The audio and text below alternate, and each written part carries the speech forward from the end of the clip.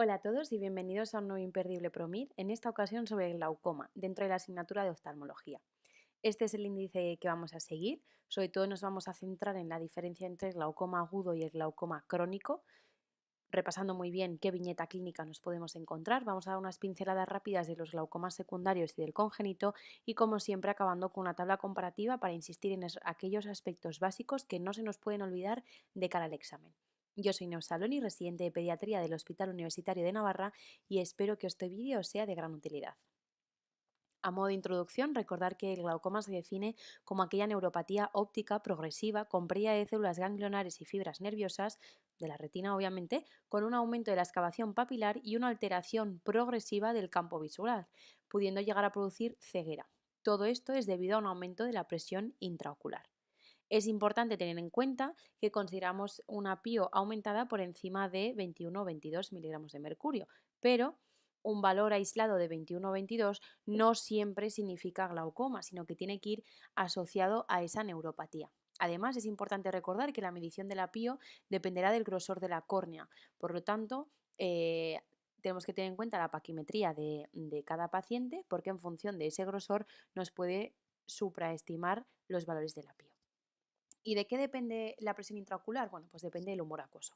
A modo de recordatorio súper rápido, recordar que el humor acuoso se produce en el epitelio no pigmentado de los procesos ciliares, que drena directamente a la cámara posterior, como veis aquí en la imagen, drena mediante la pupila a la cámara anterior y por ahí tiene dos vías de drenaje, la malla trabecular al canal de Schlemm y, si no, los vasos posteriores de las venas epiesclerares, ¿vale?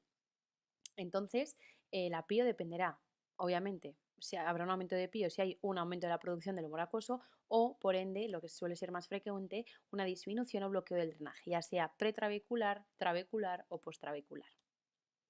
Vamos ya al glaucoma agudo. En cuanto a la viñeta clínica, nos vamos a encontrar a pacientes por encima de los 50 años que ya empiezan a asociar, ¿no?, ese engrosamiento del cristalino, sobre todo en mujeres hipermétropes o con cámara anterior estrecha, lo que conlleva mayor riesgo de oclusión de la malla trabecular. ¿Y qué clínica nos vamos a encontrar? Bueno, pues la paciente suele referir episodios previos de dolor ocular y visión borrosa con halos luminosos, pero que una situación de midriasis media, es decir, que pasamos de una situación de luz a oscuridad, por ejemplo, al entrar al cine o al entrar a un túnel o el uso de midriáticos, se bloquea el paso de humor acuoso de cámara posterior a cámara anterior y eso genera un ojo rojo muy, muy, muy doloroso. Nos tenemos que acordar que es mucho, mucho dolor. Tanto dolor que puede asociar un cuadro vagal con náuseas, vómitos e hipotensión. Además, en casos de PIOs muy elevadas, por encima de 40, puede asociar un edema corneal que comporte una disminución de la visión y halos luminosos. En cuanto al diagnóstico, va a ser clínico mediante la medición de la PIO y el tratamiento van a ser los hipotensores tópicos. Es importante acordarnos, en el glaucoma agudo no se pueden utilizar las prostaglandinas tópicas, súper importante. Vamos a utilizar los corticoides tópicos, la pilocarpina tópica porque es un miótico y podemos valorar en casos refractarios añadir los inhibidores de la anhidrasa carbónica, siendo la versión oral la acetazolamida y el manitol IV. Sí que hay que tener en cuenta que este es el tratamiento médico, pero una vez se ha resuelto ese episodio agudo, hay que operar al paciente realizando una cirugía de catarata en caso de que exista o una iridotomía con láser YAG de forma bilateral. Si pasamos ahora al glaucoma crónico, hay que recordar que es mucho más frecuente que el glaucoma agudo, que suelen ser pacientes un poquito más jóvenes, por encima de 40 años, que tengan como factores de riesgo una PIO elevada mantenida. Cuanta más edad, obviamente, más riesgo, raza negra, antecedentes familiares, miopía, síndrome de apnea obstructiva del sueño, enfermedades cardiovasculares y diabetes. El glaucoma crónico se caracteriza por una resistencia en la propia malla trabecular que evita, ¿no?, o que limita el drenaje del humor acuoso. Esto a la larga acabará provocando esa apoptosis de células ganglionares. En cuanto a la clínica, obviamente, como es crónico, ya nos tiene que hacer pensar que son síntomas más larvados, menos floridos en comparación al glaucoma agudo. Vamos a encontrarnos que los pacientes están asintomáticos hasta fases avanzadas y que genera una afectación de la visión tardía. Es una reducción concéntrica del campo visual. Se conserva la visión central hasta el final, ¿vale? Esto sería como la hipertensión. La hipertensión no duele, pero esas tensiones elevadas de forma mantenida son asintomáticas hasta fases avanzadas que ya nos pueden dar otras complicaciones, ¿vale? Para que hagamos un poquito ese símil. En cuanto al diagnóstico de glaucoma crónico, obviamente tendremos que medir la PIO, acordados por encima de 22, pero es importante no quedarse con una medición aislada, sino que hay que hacer varias mediciones a lo largo del día porque pueden existir variaciones de hasta más de 5 miligramos de mercurio en un mismo paciente. Además, en el fondo de ojo vamos a ver cambios en el propio nervio óptico, con hemorragias en la astilla, escotomas paracentrales de forma precoz y el escalón nasal de Ron de forma posterior. Además, si tenemos la oportunidad de hacer una tomografía de coherencia óptica, ¿vale? Una OCT, veríamos que la capa de fibras nerviosas está alterada a su grosor. Hay que mencionar una entidad que es muy similar al glaucoma crónico en cuanto a clínica, diagnóstico y tratamiento, pero la PIO es normal, ¿vale? Es por debajo de 21, es lo que se conoce como glaucoma normotensivo. Y ahora sí, en cuanto al tratamiento del glaucoma crónico, también vamos a utilizar hipotensores de elección, los tópicos de acción local, pero en esta ocasión sí que vamos a poder utilizar las prostaglandinas, ¿vale? Los análogos de prostaglandina que tienen el prost como sufijo y que consisten en que aumentan el drenaje. Son los de primera elección. Ahora bien, todo tratamiento tiene su efecto adverso, pues que suelen poner el ojo rojo, aumento de pestañas, hiperpigmentación periocular, ¿vale? Sobre todo pues en ojos claros, ojos azules, pues sí que les puede cambiar un poquito el color. Los betabloqueantes, que ya sabéis que acaban en olol, disminuyen la producción. Y como efectos adversos ya sabéis que no se pueden utilizar en pacientes con broncoespasmo o con bradicardia.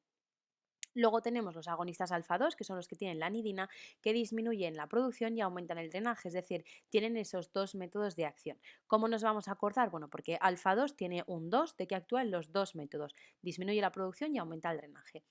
Suelen ser bastante bien toleradas, pero sí que pueden dar un poquito de reacción local, pero poca cosa. Y luego, igual que en el glaucoma agudo, también tenemos los inhibidores de la anhidrasa carbónica, que son las zolamidas, que disminuyen la producción. Que tenemos la acetazolamida en versión oral y el manitol IV. Como efectos adversos, sobre todo destacar y recordar que la acetazolamida induce alteraciones hidroelectrolíticas, sobre todo la hipopotasemia. Y finalmente, el tratamiento quirúrgico en caso de que fracase el tratamiento médico, que consiste en una cirugía filtrante. Aquí acordaros, en el glaucoma agudo siempre tendremos que hacer un tratamiento quirúrgico después de haber resuelto la fase aguda, en el glaucoma crónico solo si fracasa el tratamiento médico. Si pasamos ahora a los glaucomas secundarios de forma súper rápida, el corticoide, bueno, pues el uso prolongado de corticoides tópicos o sistémicos se asocian con un aumento de la PIO, llegando a generar un glaucoma secundario. También tendríamos por aumento de la presión venosa epiescleral, que pues en casos de una fístula carótido cavernosa o el síndrome de Sturge-Weber. Luego tendríamos el glaucoma inflamatorio, que es por una inflamación de la propia malla trabecular, lo que genera una obstrucción debido al gran acúmulo de células inflamatorias, lo que evita la reducción del drenaje del humor acuoso. En estos casos no se puede utilizar las prostaglandinas tópicas, igual que en el glaucoma agudo. Glaucoma agudo y glaucoma inflamatorio, no prostaglandinas tópicas. Luego tendríamos el caso del glaucoma neovascular, que es una neovascularización, es decir, una creación de vasos nuevos en el iris y del ángulo iridio-corneal en casos de isquemia retiniana. Esto lo que puede generar es una obstrucción del drenaje. Y el tratamiento consiste en una fotocoagulación o una crioterapia retiniana para evitar esa formación de vasos nuevos. Luego tendríamos el glaucoma facolítico, que se da en casos de personas que tengan una catarata hipermadura que al final se acaba rompiendo y acaba saliendo material proteico a la cámara interior, lo que genera una obstrucción del drenaje. Y finalmente el facomórfico, sobre todo se da en casos de síndrome de Marfan, que acordaros que el síndrome de Marfan se caracteriza por una luxación del cristalino hacia adelante y que tienen cataratas intumescentes. Esto lo que hace al desplazar el cristalino hacia adelante bloquea también el drenaje del humor acuoso, ¿vale?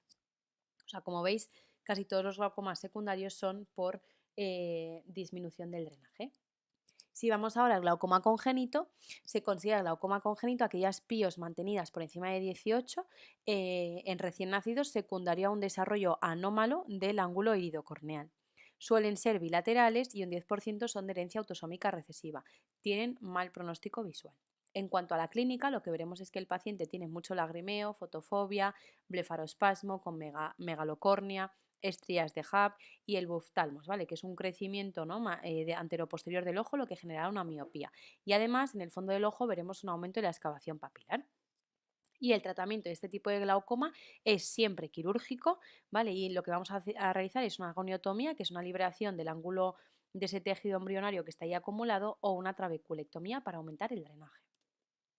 Y vamos ahora ya a la tabla comparativa donde solo nos vamos a centrar en el glaucoma agudo de ángulo cerrado o el glaucoma crónico, que es el ángulo abierto. Entonces, recordamos viñetas clínicas. En el glaucoma agudo tendremos sobre todo mujeres mayores de 50 años con hipermetropía o una cámara anterior estrecha, y en cambio en el glaucoma crónico son pacientes un poquito más jóvenes, con 40 años, pero que tienen factores de riesgo, pues unas PIOs mantenidas, antecedentes familiares, raza negra, miopía, diabetes o factores de riesgo cardiovascular.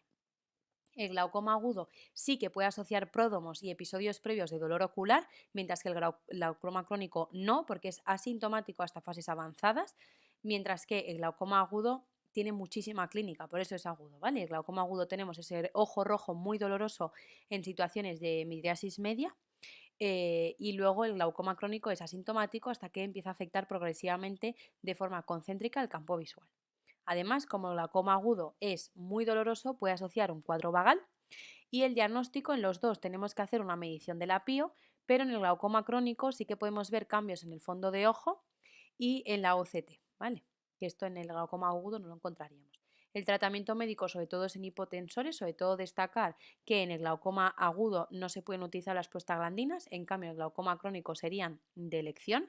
Acordaos que las prostaglandinas aumentan las pestañas y cambian la coloración periocular, y que en el glaucoma agudo utilizaríamos más bien los corticoides. Y finalmente, el tratamiento quirúrgico en el glaucoma agudo es obligatorio después de haber resuelto la fase más clínica del glaucoma, con una cirugía de la catarata si existe o una iridotomía láser, y en el glaucoma crónico se realiza una cirugía filtrante solo en el caso de que fracase el tratamiento médico. Y como conclusiones, recordar que el humor acuoso se sintetiza en el epitelio estriado de los procesos ciliares, que pasa a la cámara posterior, de la cámara posterior a la anterior mediante la pupila, y que drena por la malla trabecular y por los vasos colectores de las venas episclerales. Hablaremos del glaucoma agudo o de ángulo cerrado en pacientes mayores de 50 años, sobre todo mujeres hipermétropes con episodios previos de visión borrosa, que acuda por un ojo rojo muy doloroso tras entrar en una habitación sin luz.